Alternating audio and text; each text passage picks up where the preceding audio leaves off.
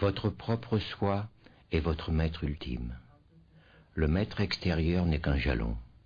Seul votre maître intérieur vous accompagnera jusqu'au but, car il est le but.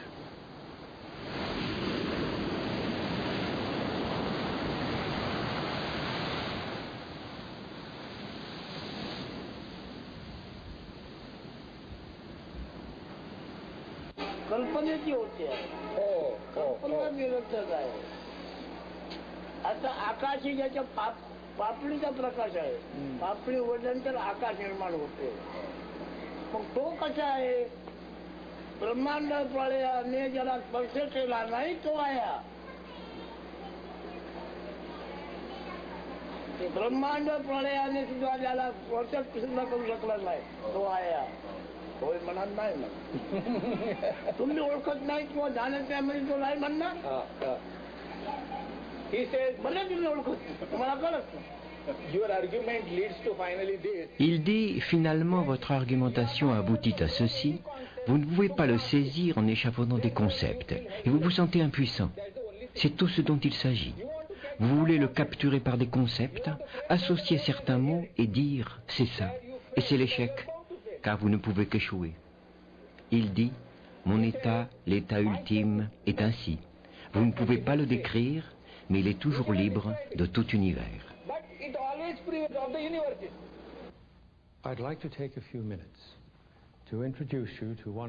J'aimerais prendre quelques minutes pour vous présenter un des grands détenteurs de sagesse des temps modernes, Nisargadatta Maharaj. Nisargadatta a vécu à Bombay, en Inde, mais sa vision était universelle. Tandis qu'il menait une vie modeste de boutiquier pour assurer les besoins de sa famille, il ne voyait que la conscience, Dieu ou le soi en tous les êtres. Libre de toute expression extérieure de pratiques traditionnelles ou religieuses, il vécut simplement dans une conscience qui est un tout indivisible. Il était d'apparence modeste, et son style de vie sans prétention fut un grand exemple d'expression authentique de non-dualité. Et ce que sa vie avait d'extraordinaire résidait vraiment dans sa manière très ordinaire de vivre et de travailler dans son logement à Bombay. Des chercheurs fervents du monde entier se rendaient dans ces ruelles animées, simplement pour écouter ses paroles et l'interroger sur ce qui pourrait les aider dans leur quête sur la connaissance de soi. Le message de Maharaj était toujours le même. Vous existez en tant que pure présence, principe suprême, au-delà du mental et du corps. Demeurez en tant que cela. Et tandis que ces paroles guidaient ceux qui se tournaient vers lui, l'expérience pure et authentique de vivre dans la conscience au-delà du corps et du mental légitimait ces mots et éveillait les cœurs et les esprits à la reconnaissance de la vérité.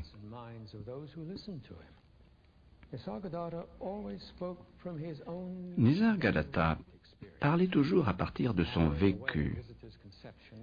Il écartait avec fermeté les opinions et les compréhensions intellectuelles que les visiteurs avaient de la vérité ou de la liberté et enseignait que nous sommes déjà libres, que nous n'avons jamais été aliénés.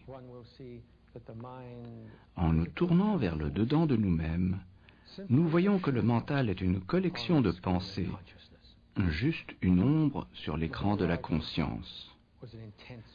Le regard intense de Maharaj transperçait l'âme jusqu'au plus profond d'elle-même. Néanmoins, il était infiniment compatissant envers ceux qui désiraient s'éveiller du rêve de l'ignorance. Nisargadatta Maharaj demandait sans cesse aux chercheurs de trouver qui cherche et de découvrir leur nature véritable. Joignez-vous à moi pour entreprendre le seul voyage qui en vaille la peine, le voyage à la découverte de soi. as we learn about the only journey worth taking, the journey of self-discovery.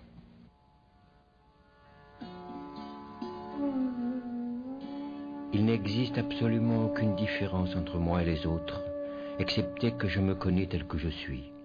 Je suis tout, et contrairement à vous, j'en ai la certitude. En réalité, je n'entends ni ne réponds. Dans le monde des événements, la question arrive et la réponse arrive. Rien ne m'arrive.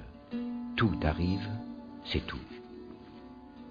Dès ma naissance, ma destinée fut d'être un homme simple, de scolarité élémentaire, un modeste commerçant. Ma vie fut ordinaire, avec des désirs et des peurs. Lorsque, par la foi en mon maître et l'obéissance à ses paroles, j'ai réalisé mon être véritable, j'ai laissé derrière moi ma nature humaine prendre soin d'elle-même, jusqu'à ce que sa destinée soit accomplie. Occasionnellement, il se produit une ancienne réaction, émotionnelle ou mentale, mais elle est immédiatement remarquée et écartée. Après tout, tant qu'on est encombré d'une personnalité, on est exposé à ses particularités et à ses habitudes. The fact that a young man who grew up in very impoverished circumstances, le fait que la grande illumination fut octroyée à un homme jeune, élevé dans un contexte de grande pauvreté, sans éducation scolaire, est pour moi une magnifique démonstration d'égalitarisme. À savoir que l'illumination est pour tout le monde, pour les veilleurs de nuit, pour les chauffeurs de car, pour les militaires, aussi bien que pour les docteurs, les avocats et les yogis professionnels. Ainsi, une vie de pratique spirituelle et une vie engagée dans le monde sont entièrement compatibles. Je trouve que Nisargadatta a admirablement illustré cela, et qu'il n'est pas nécessaire d'être dans un magnifique centre de retraite pour adopter une pratique spirituelle. C'est faisable dans un des faubourgs les plus misérables, pollué, fiévreux, bruyant, agité de Bombay, qui doit être une des villes les plus peuplées du monde. Par conséquent, n'importe lequel d'entre nous peut, n'importe où, adopter une pratique spirituelle. Nisargadatta était un Indien plutôt bourru, qui vendait des cigarettes dans la rue, et on ne sait trop comment il eut cette réalisation extraordinaire, puis il est resté chez lui à attendre d'éventuels visiteurs. Comme vous pouvez le voir sur les photos, il n'était pas particulièrement beau, mais d'une certaine façon il irradiait une sorte de joie, de beauté, de présence, qui faisait que vous tombiez amoureux de lui. Ou plutôt, il avait quelque chose de magnétique, qui ne provenait même pas de lui, mais de ce vide immense dont il était le porte-parole. Les mots venaient de bien au-delà de ce petit Indien âgé, vendeur de bidi, et être en sa présence était remarquable.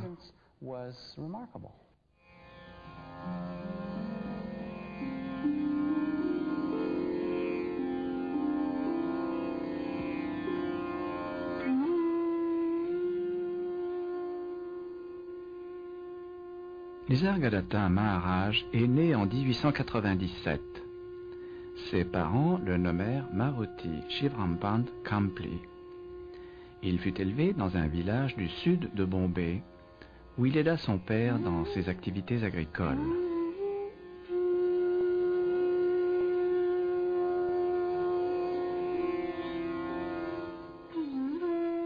Maruti se maria en 1924 et devint le père de 4 enfants. Peu de temps après, il ouvrit une petite boutique dans laquelle il vendit des articles de ménage, du tabac et des bidis, genre de cigarettes faites à la main. La boutique prospéra, permettant à Maruti d'en ouvrir plusieurs autres. À cette époque, Maruti aimait se joindre à des gens qui s'intéressaient à des sujets religieux et philosophiques.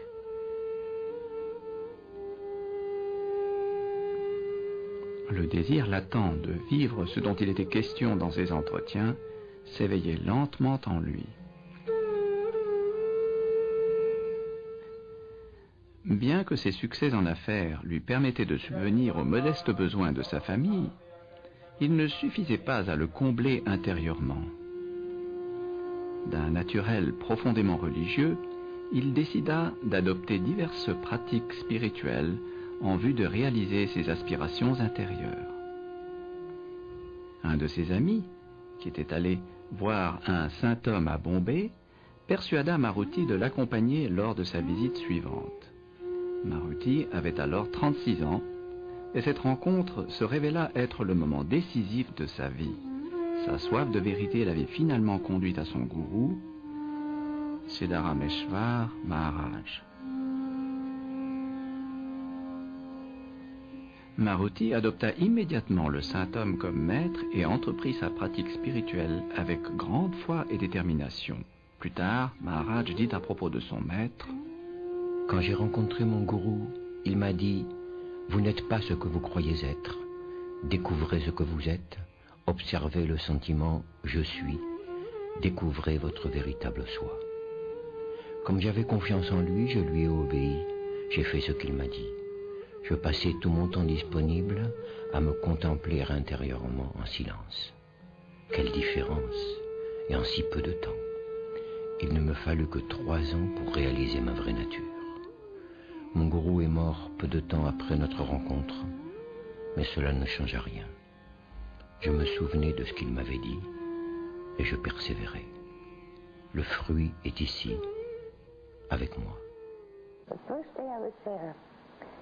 Le jour de mon arrivée, il a dit que la conscience qui était en moi, et en lui, et en l'âne dehors, et en Sri Krishna, était la même conscience.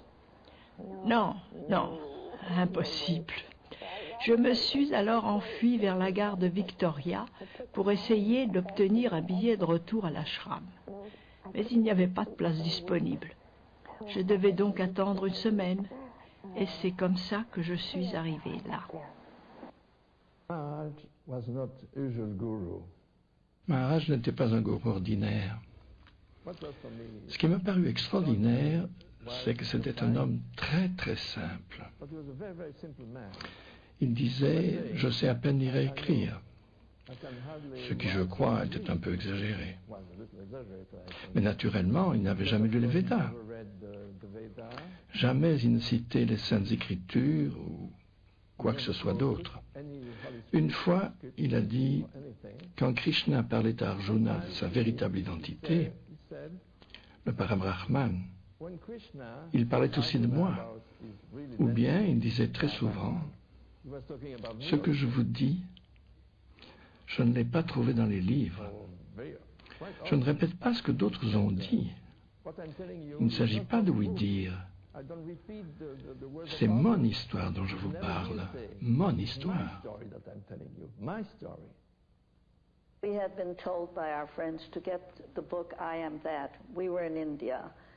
Alors que nous étions en Inde, un ami nous avait télégraphié d'Argentine pour nous conseiller de nous procurer le livre « Je suis ». J'en avais ma claque des gourous, je ne voulais plus en voir. Nous avons quand même acheté « Je suis », puis nous nous sommes précipités directement chez Maharaj, dont l'adresse figurait sur le livre. Sa belle-fille nous ouvrit et nous dit « Revenez, revenez à 11 heures ». Nous sommes donc retournés à la plage et nous avons commencé à lire « Je suis » à une allure folle, puis nous sommes revenus à 11 heures. Tandis que je montais les escaliers, mon cœur battait la chamade. Quelqu'un venait tout juste d'être jeté dehors parce qu'il portait une robe jaune. Il me semble que c'étaient des gens de Rajneesh et il les avait jetés dehors.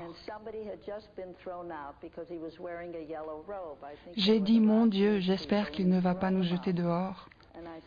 Alors il me désigna du doigt. Vous, comment vous appelez-vous? Et d'où venez-vous? Naturellement, c'était traduit et j'ai répondu, France. Que savez-vous? Je lui ai dit ce que je pensais savoir. Je ne suis pas le corps, pas le mental, je suis pure conscience. Il se frappa la tête et dit, « Vous, asseyez-vous. » J'étais tellement heureuse, j'ai immédiatement senti, c'est cela, c'est enfin cela. À partir de ce moment, la félicité ne m'a plus quittée.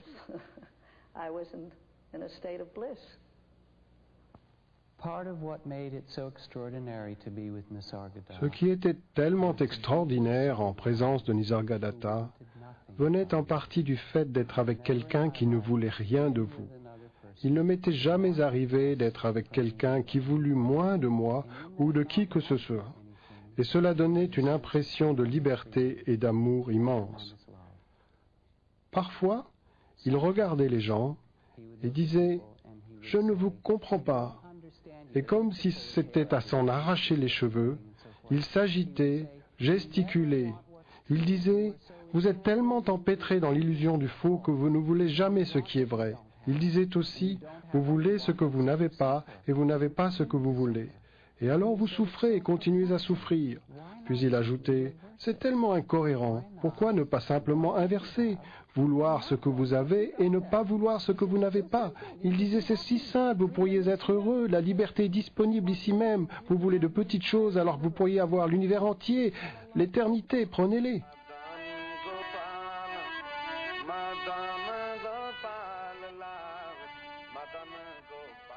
En 1936, après la mort de son gourou, Maruti abandonna soudainement sa famille et ses affaires prospères pour une vie errante de mendiant à travers l'Inde. Pendant cette errance, il eut la chance de rencontrer un disciple de Siddharameshwar Maharaj qui le persuada qu'une vie active, sans avidité, avait beaucoup plus de sens que de telles errances. Maruti prit cet avis à cœur et retourna à Bombay pour découvrir que seule une de ses boutiques de midi prospérait encore. Sentant qu'elle suffisait à ses modestes besoins, il travailla pendant la journée à la boutique tout en se vouant à sa recherche de la réalisation de soi.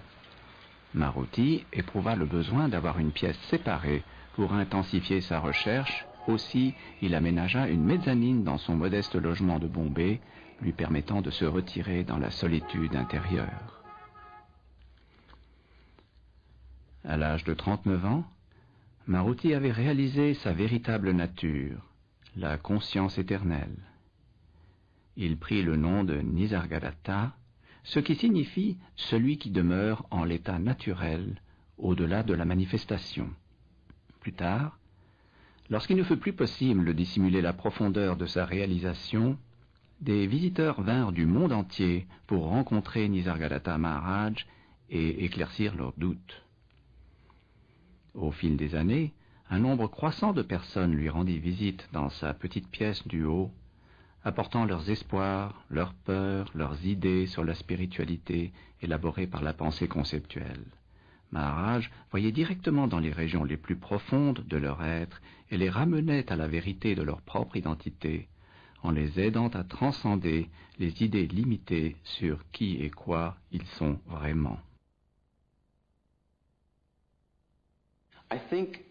Je pense vraiment que la manière dont Nisargadatta délivre ses enseignements les rend très accessibles aux chercheurs occidentaux, en particulier à ceux qui sont très orientés vers la psychologie, qui sont prêts à examiner le contenu de leur conscience et qui, avertis de leurs schémas mentaux, sont toujours disposés à affronter tout ce qui s'y passe. Plutôt que d'essayer de complètement transcender, se détacher, je dirais se dissocier de la conscience, de ce qu'on vit, ce qui est le propre de beaucoup de voies orientales, Maharaj rassemble en quelque sorte les deux démarches, c'est-à-dire l'aptitude à regarder ce qui est, et également l'aptitude à regarder ce qui est tout en abandonnant ce qui est. Car il enseignait toujours à ce sujet que vous ne pouvez vraiment pas lâcher prise tant que vous ne savez pas ce que vous lâchez. Ici, en Occident, nous sommes habitués à penser que pour atteindre ou devenir quelque chose de spécial, nous devons y travailler, nous y exercer. Nous sommes éduqués ainsi. Faire en vue de devenir. Quand il s'agit de la vérité absolue, tous les maîtres de l'Advaita y compris Maharaj, nous disent très simplement que nous sommes déjà ce que nous cherchons. De ce fait, tous les exercices ou méthodes sont vains. Mais il se peut que nous devions en passer par là pendant de nombreuses années avant d'en prendre conscience. Maharaj ne perd pas de temps du tout. Il va directement à la question du « je suis » et dit que vous n'avez pas à devenir quelque chose. Tout ce qui est requis est un changement de compréhension. Vous devez simplement voir ce que vous n'êtes pas et à partir de là, ce que vous êtes deviendra très clair. C'est donc très différent des voies progressives qui peuvent continuer sans fin et peut-être ne jamais arriver à ce qui est cherché.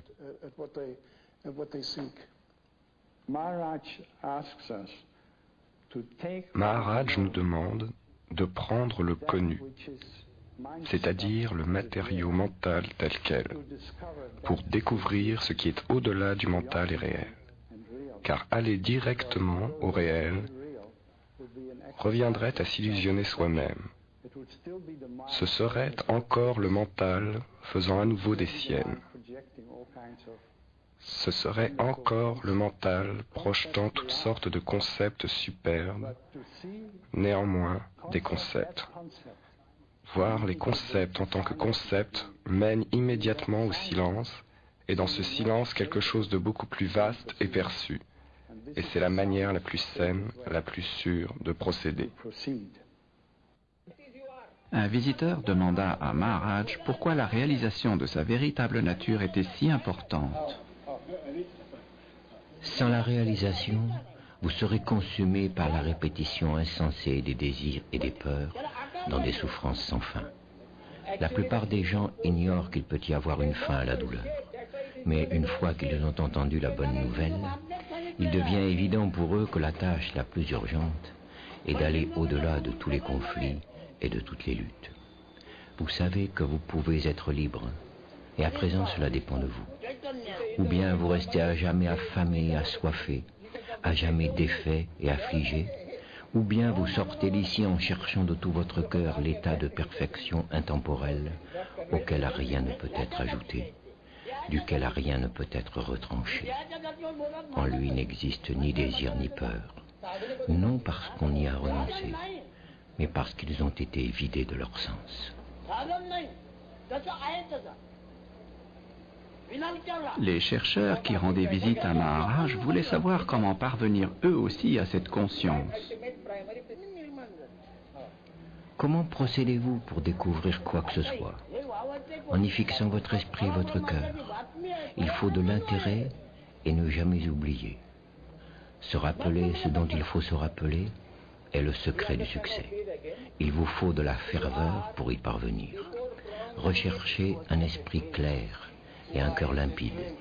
Il vous suffit de demeurer tranquille et vigilant, tout en cherchant au sein de votre véritable nature. C'est le seul chemin vers la paix. Tout arrive de lui-même. Ni le chercheur, ni le gourou ne font quoi que ce soit. Les choses arrivent comme elles arrivent. Le blâme ou l'éloge sont attribués plus tard, après qu'apparaisse le sens du moi agissant. Je voulais une stabilisation totale. Par la recherche et en apprenant comment chercher et démanteler votre conscience personnelle, l'espace vide devient de plus en plus disponible. Et cela devient donc un processus sur lequel vous n'avez plus à travailler constamment. C'est simplement ce qui est.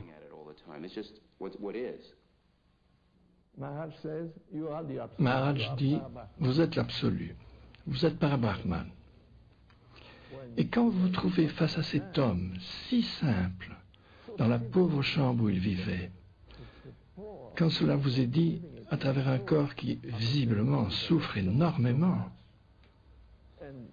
cela devient évident. Vous en êtes convaincu parce que vous le voyez, vous l'éprouvez. Le point essentiel de son enseignement est que nous sommes déjà absolument libres, qu'il n'y a rien que nous ayons à faire, à construire, à devenir ou à changer en nous. Nous devons simplement voir la réalité de la vie, c'est-à-dire que nous ne sommes pas ce corps ni ce mental, qu'ils sont, pourrait-on dire, le jeu des éléments. Et avec cette compréhension se présente cette joie extraordinaire et la liberté, c'est tout. Les visiteurs posaient souvent des questions sur l'effort et sur l'aide que les disciplines spirituelles apportent à l'éveil du rêve qu'est l'ignorance. Lorsqu'on a besoin d'effort, l'effort apparaît. Lorsque l'absence d'effort devient essentielle, elle s'affirme d'elle-même. Vous n'avez pas à régenter la vie. Laissez-vous simplement porter par son flux et consacrez-vous entièrement à cette tâche du moment présent, qui est de mourir maintenant au maintenant. Car vivre, c'est mourir. La vie ne peut exister sans la mort. On doit en définitive aller au-delà du savoir, mais la connaissance doit apparaître, et on peut y parvenir grâce à une méditation constante. En méditant, le savoir « je suis » progressivement se stabilise, fusionne avec la connaissance universelle et devient ainsi totalement libre, comme le ciel ou l'espace. Ceux qui viennent ici avec l'idée d'acquérir un savoir, même spirituel, viennent en tant qu'individus visant à obtenir quelque chose. C'est la véritable difficulté. Le chercheur doit disparaître. Lorsque vous connaissez votre véritable nature, la compréhension « je suis » demeure, mais cette connaissance est sans limite. Il ne vous est pas possible d'acquérir la connaissance. Vous êtes connaissance. Vous êtes ce que vous cherchez. Votre être véritable est antérieur à l'apparition de tout concept. Plongez profondément en vous-même et vous le trouverez facilement et simplement. Allez dans la direction du « je suis ». Tout existe dans le mental.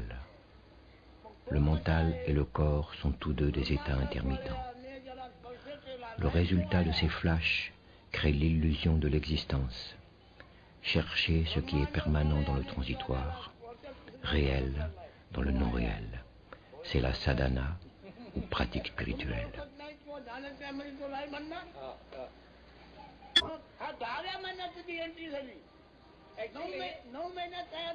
Tous ceux qui ont atteint la réalisation dans l'instant, par simple contact, regard ou pensée, étaient mûrs pour cela.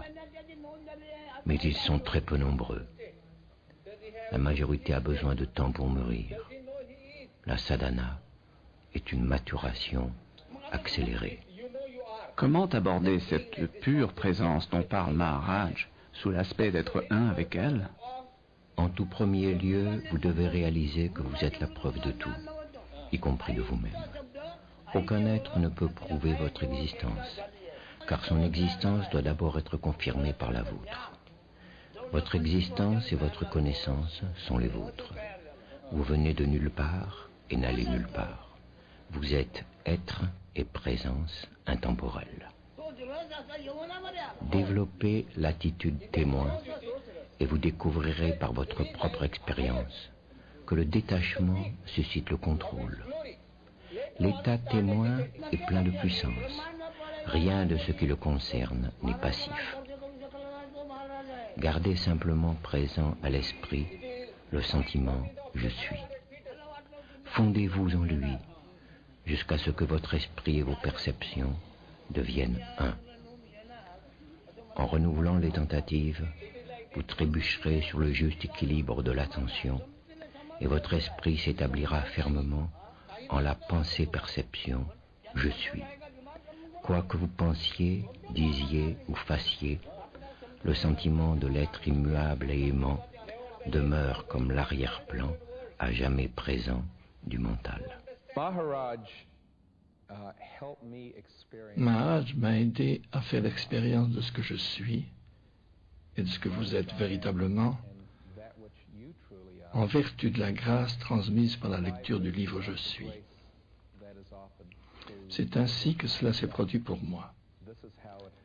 Et lors des entretiens que j'ai eus avec lui, Nisargadatta Maharaj m'a très clairement indiqué que dans mon cas, la transmission avait déjà eu lieu par la manière dont j'avais adopté l'enseignement qui m'était offert dans Je suis. Ce qui est merveilleux, c'est que la même opportunité existe pour quiconque lirait ce livre. Je peux assurer que le pouvoir qui était présent pour moi dans Je suis est toujours vivant aujourd'hui. Il n'est pas nécessaire que Nisargadatta soit présent et en vie dans son corps. The I amness initially is Initialement, le je suis est un pâle reflet de ce qui est. Ce n'est pas vraiment ce qui est, mais un reflet filtré à travers notre mental.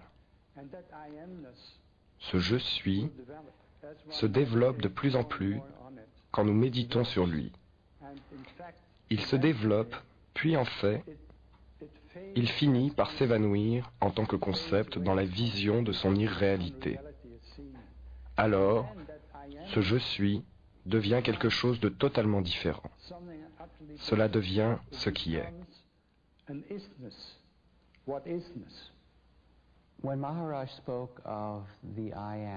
Maharaj parlait du je suis comme d'une passerelle entre ce qui est temporel et ce qui est éternel. En reconnaissant que toutes les formes des sens, de la vue, de l'ouïe, de l'odorat et de la pensée sont changeantes, et en sortant, en dépassant leurs limites, on devient, pour ainsi dire, le témoin de ces choses. C'est ce qu'il nommait le sentiment « je suis ». Tout change, excepté ce témoin qui peut savoir qu'il en est bien ainsi. Et lorsque vous demeurez dans cet état témoin, dans ce « je suis », il est possible de le retourner sur lui-même comme une passerelle et de voir qu'il y a là personne, que cet état témoin apparaît comme le soleil apparaît le matin, puis disparaît, et qu'au-delà il y a l'espace et le vide, et ce qu'il appelait l'amour et la sagesse. Maharaj l'exprimait ainsi: quand je vois que je ne suis rien, c'est la sagesse, et quand je vois que je suis tout, c'est l'amour, et entre les deux, ma vie s'écoule.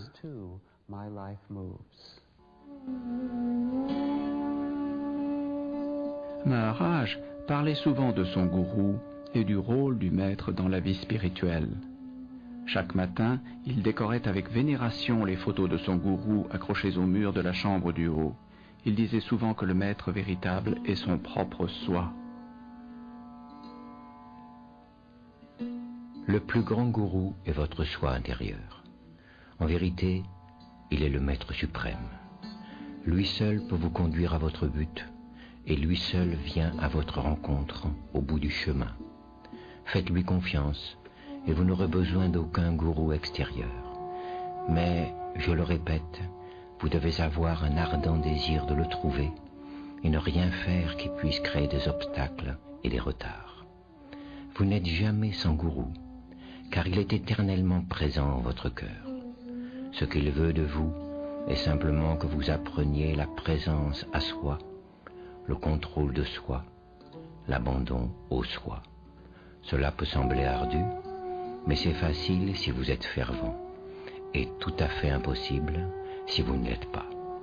Tout cède devant la ferveur. Le véritable gourou ne vous humiliera jamais, pas plus qu'il ne vous éloignera de vous-même. Il vous ramènera constamment au fait de votre perfection intrinsèque et vous encouragera à chercher au-dedans de vous. En ce qui concerne le sens illusoire d'être, traditionnellement nommé ego, Nisargadatta dit que découvrir la source du concept « je suis » et comprendre absolument qu'il n'est rien d'autre qu'une idée conceptuelle de soi-même est le chemin vers la réalisation de soi et la complétude. Maharaj demande aux chercheurs d'être dans l'état qui précède l'expérience « je suis ».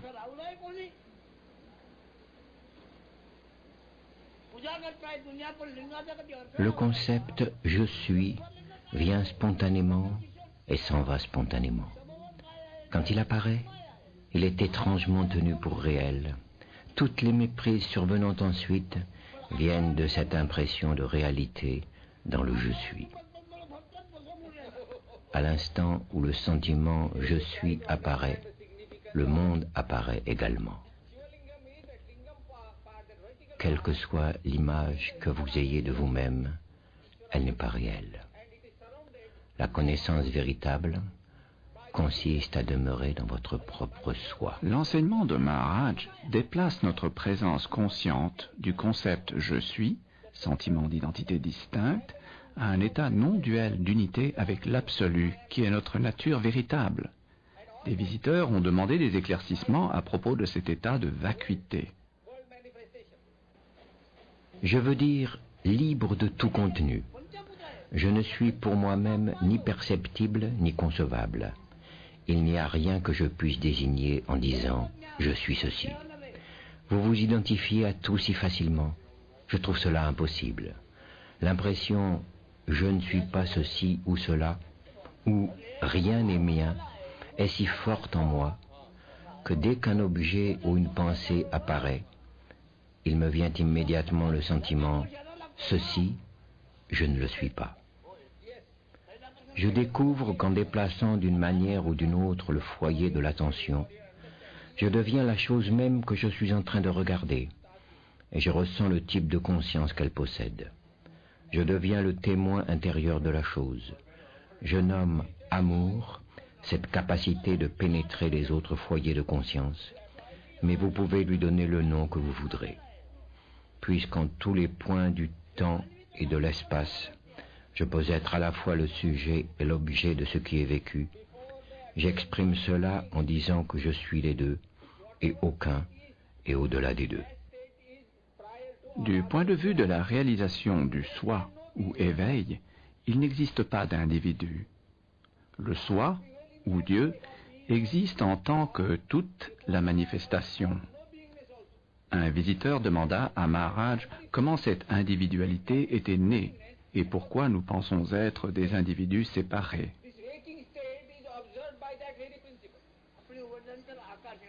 Vos pensées concernant l'individualité ne sont vraiment pas vos pensées, ce sont des pensées collectives. Vous croyez être celui qui a les pensées. En fait, les pensées surgissent dans la conscience. Au fur et à mesure que se développe notre connaissance spirituelle, notre identification avec le corps mental diminue et notre conscience se déploie en conscience universelle. La force vitale continue d'agir, mais ses pensées et ses actes ne sont plus limités à l'individu. Ils deviennent la manifestation totale. C'est comme pour le vent qui ne souffle pas pour un individu, mais pour la manifestation tout entière.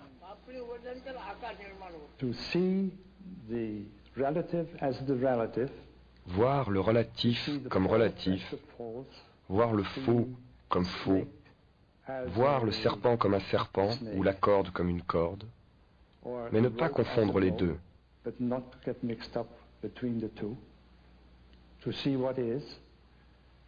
Voir ce qui est, c'est tout ce qui est requis, et c'est tout ce que Maharaj nous demande de faire, afin qu'en écartant le non réel, le réel se manifeste naturellement de lui-même.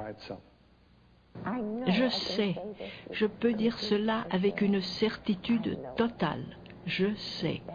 C'est tout ce qu'il y a à dire, je sais. Mais vous ne pouvez le mettre en mots.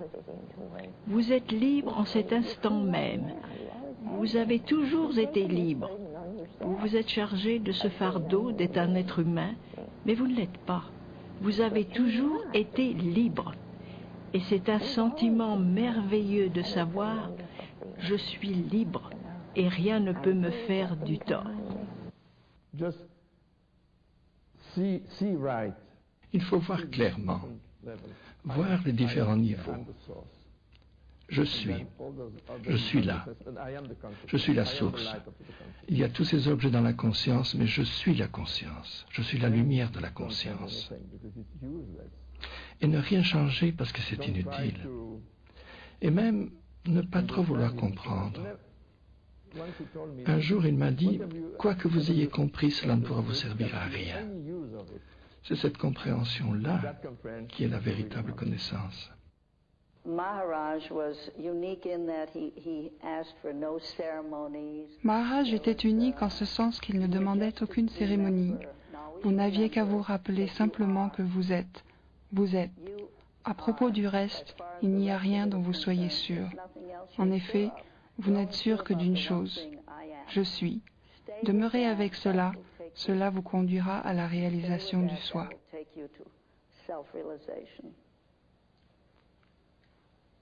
C'est ainsi, c'est simple. Je suis allé un jour le voir, et sans que je le sache, c'était la 8e fois que je le rencontrais. Je lui rappelais une question que je lui avais posée une autre fois, lui disant, quand me vient la pensée, je me hais, je m'y accroche et je dis, c'est moi. Ou bien c'est la pensée, je m'aime, et en quelque sorte je m'y identifie, c'est moi. Et je lui demandais à nouveau, comment cela se produit-il? Il se fâcha tout rouge, se leva, se mit à arpenter la pièce, à gesticuler, à crier, « Cela fait assez de temps que vous êtes ici. Vous devriez maintenant le savoir.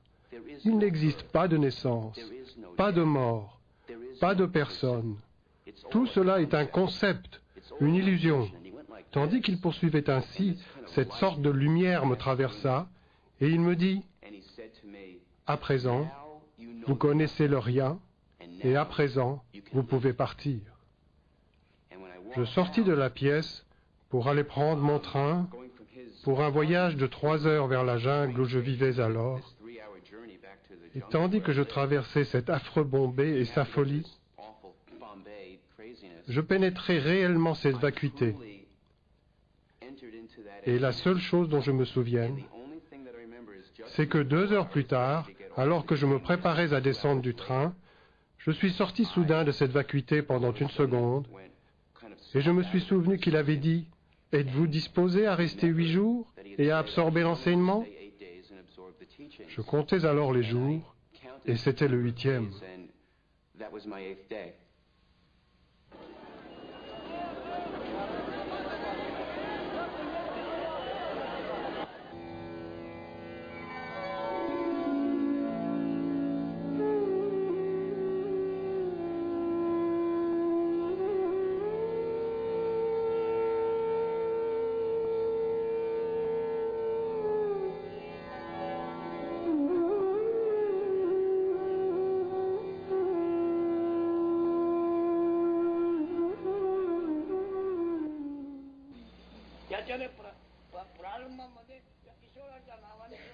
À propos de la vie quotidienne et du comportement dans le monde, Maharaj disait « Pourquoi vous soucier du monde avant de prendre soin de vous-même?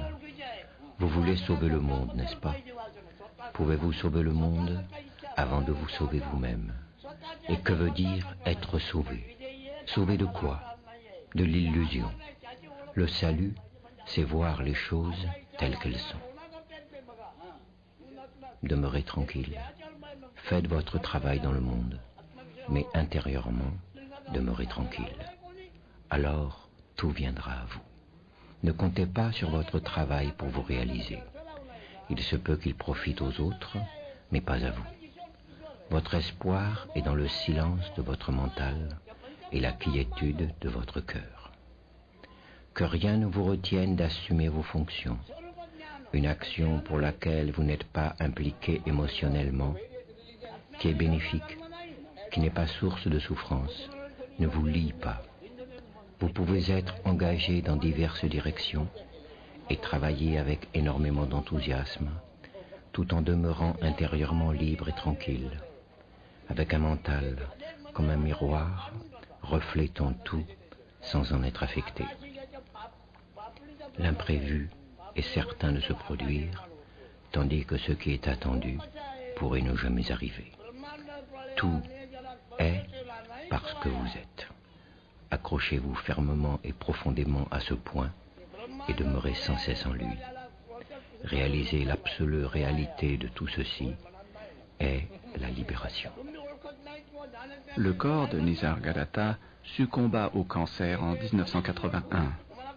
Pendant la dernière année, tandis que son corps devenait de plus en plus faible, il refusa d'arrêter le flot des visiteurs. Par une compassion immense et l'urgence des chercheurs spirituels en provenance du monde entier, sa petite pièce était entièrement remplie chaque jour. L'enseignement de Nisargadatta, son message, continue à guider les chercheurs. Il insuffle en eux que la réalisation est possible ici maintenant et que, par une recherche sincère et la foi en l'enseignement, on peut, comme lui, vivre dans un état de totale liberté et de paix suprême.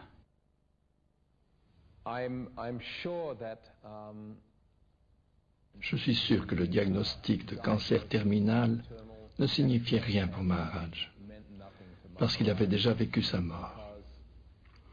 Il avait déjà vécu ce processus, qui faisait partie du processus de sa réalisation spirituelle.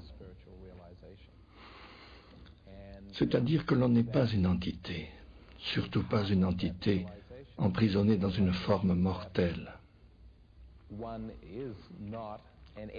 C'est ce qu'il vivait continuellement. Aussi, la perte de cette forme, qui n'était que le véhicule lui permettant de s'exprimer au niveau manifesté, et d'accueillir les gens qui, à ce niveau, se considéraient comme un corps. Cette perte ne représentait vraiment pas grand-chose pour lui. Être avec Maharaj, à ce moment de sa vie, était une expérience extraordinaire. C'était comme si Maharaj avait déjà quitté son corps. Sa peau, étroitement tendue sur une charpente osseuse, semblait presque transparente. C'était vraiment comme s'il portait un par-dessus dont il allait très bientôt se débarrasser. C'était ahurissant.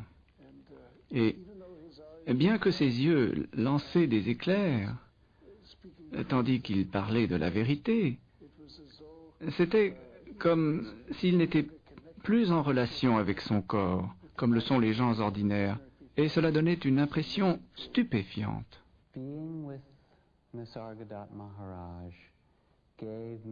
Nisargadatta m'a permis de vivre ma plus profonde expérience d'être auprès d'un être humain réellement libre. Cette liberté était remplie d'amour, de vie, de spontanéité, de courage, et au-delà de tout cela, de tranquillité absolue. Cela touchait cette même énergie en moi, et à présent je sais que c'est vrai. C'est aussi simple que cela. La liberté et le bonheur absolu seront vôtres en un instant. C'est votre droit dès la naissance. Si vous le revendiquez, vous n'avez qu'à examiner sincèrement la question « Qui suis-je ?» voir ce « Je suis » témoin de toute chose, puis vous tourner vers lui et voir que même ce « Je suis » apparaît et disparaît, et découvrir ainsi la liberté absolue. Elle est là pour vous.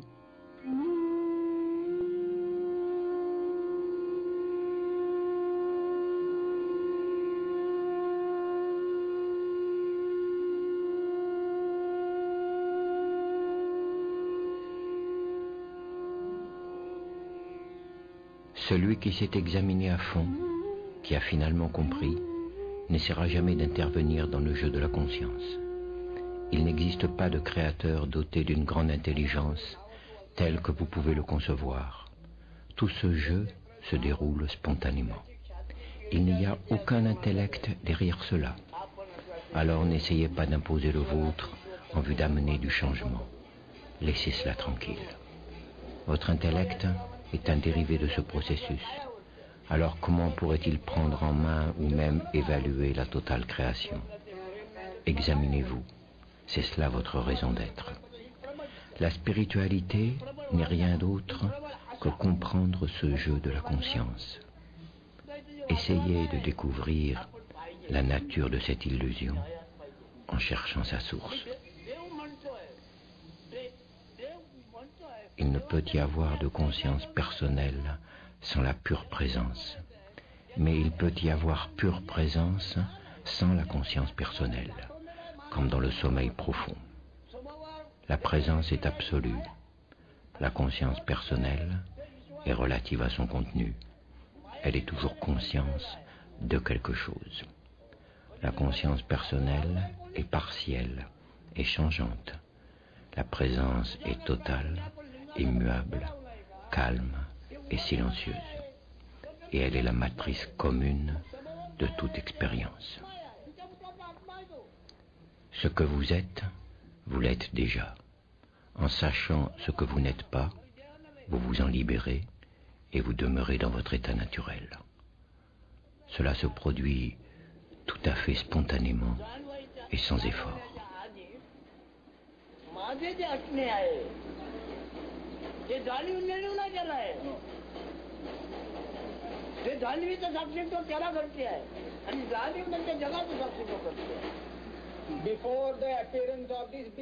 Avant l'apparition de cet être-té, cet état, quel qu'il puisse être, est antérieur, ou plutôt au-delà de l'état d'être et du non-être. Je prédomine en cet état, avant l'apparition de l'être-té, et aussi avant l'apparition de la non-être-té. Et avec l'état de veille, ce monde entier se manifeste. Mon monde se manifeste en raison de mon être-té. Cela aussi est observé par cet état qui est antérieur à l'être-té.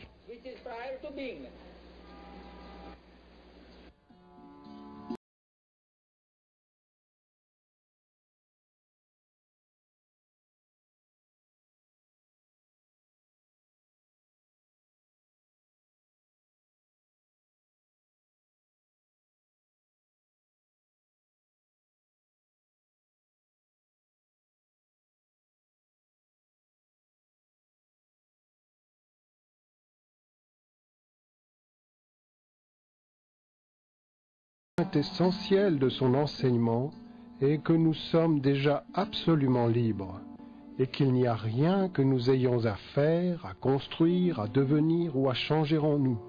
Nous devons simplement voir la réalité de la vie, c'est-à-dire que nous ne sommes pas ce corps ni ce mental, qu'ils sont, pourrait-on dire, le jeu des éléments, et avec cette compréhension se présente cette joie extraordinaire et la liberté. Maharaj l'exprimait ainsi: quand je vois que je ne suis rien, c'est la sagesse. Et quand je vois que je suis tout, c'est l'amour. Et entre les deux, ma vie s'écoule.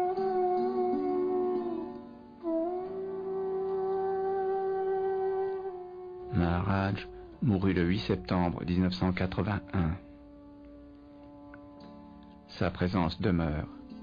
Elle est la conscience en chacun de nous.